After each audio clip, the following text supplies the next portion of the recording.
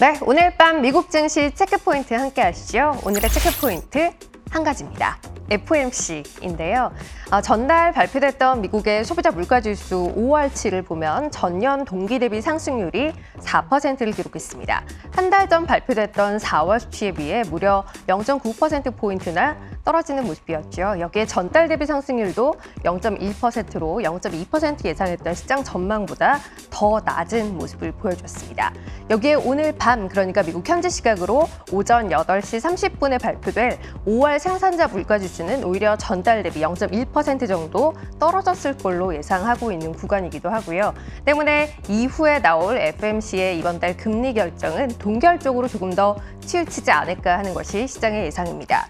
다만 이번 물가 지표는 CPI가 둔화되고 있는 건 분명히 확인했습니다만 근원적인 물가 압력은 여전함을 다시 한번 확인시켜주기도 했죠. 연료유 등의 에너지 가격이 하락하는 모습을 보이며 물가 상승분을 많이 둔화시키기는 했습니다만 주거비가 여전히 위로의 방향을 보여줬고요. 또 중고차 가격도 두 달째 4%대 상승률을 보여 향후에 또다시 불씨가 살아있음을 보여주기도 했습니다.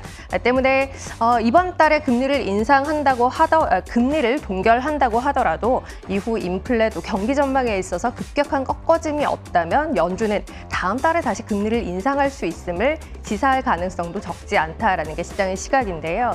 얼마 전까지만 해도 연내 금리 인하, 즉 피봇에 대한 기대를 반영하기도 했던 시장의 분위기가 많이 달라져 있음을 확인할 수 있습니다. 지금 뒤로 보시는 건 미국의 기준금리 전망을 도식화한 그림인데요. 한 달 전까지만 하더라도 검정색 선입니다. 연내 3차례 정도 금리 인하 가능성까지 점쳤던 바 있습니다만 최근 분위기가 달라졌죠. 연내 금리 동결, 또 7월과 9월 사이 오히려 25bp가량 한 차례 금리 인상하는 것에 대한 전망을 반영하고 있는 구간이기도 합니다. 그럴 수밖에 없는 이유가 있는데요. 바로 다음 표 확인해 보도록 하겠습니다. 이 그림의 주황색 선은 핵심 상품 물가로 볼 수 있고요. 검정색 선은 핵심 서비스 물가로 볼 수 있습니다.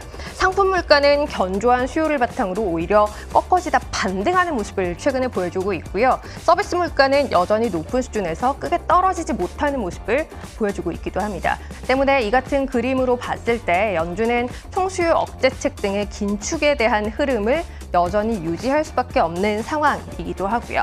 다만 이번 달 금리를 동결하면서 다음 달 금리 인상 가능성에 대해 설명하는 건 쉽지 않기 때문에 연준이 시장과 어떻게 소통하게 될지가 관건인데요. 월스트리트 저널은 이번 달 금리 결정 이후 공개되는 연준의 경제 전망 요약에서 금리 전망치를 상향하는 방식으로 연준이 시장과 소통할 가능성이 높다라고 이야기를 하기도 했습니다. 또 일각에서는 이번 달 금리 동결 이후에 다음 달에 금리를 높일 거면 차라리 이번 달에 인상하는 게 낫다라는 이야기를 하고 있기도 합니다. 다만 상황이 굉장히 탄력적이라는 것도 기억하고 넘어가셨으면 좋겠습니다. 바로 다음 화면 보실 텐데요.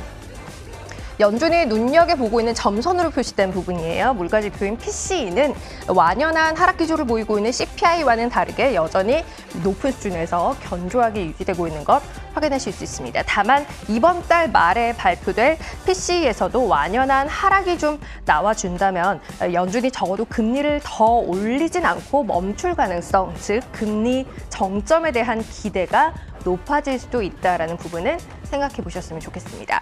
결국 인하 기대를 주긴 이루고 높은 금리는 어느 정도 기간 동안 유지할 수밖에 없겠지만 향후 나오는 데이터에 따라 금리 추가 인상에 대한 전망은 다소 달라질 수도 있다는 점 현재 시각에서 할 수 있는 판단인데요. 이에 대해서 연준이 성명서를 통해서 또 제롬 파월 의장의 기자회견을 통해서 또 이어서 나올 경제 전망 요약을 통해서 시장과 어떻게 소통하게 될지 오늘 밤 주요 포인트로 확인하셔야 할 것 같습니다.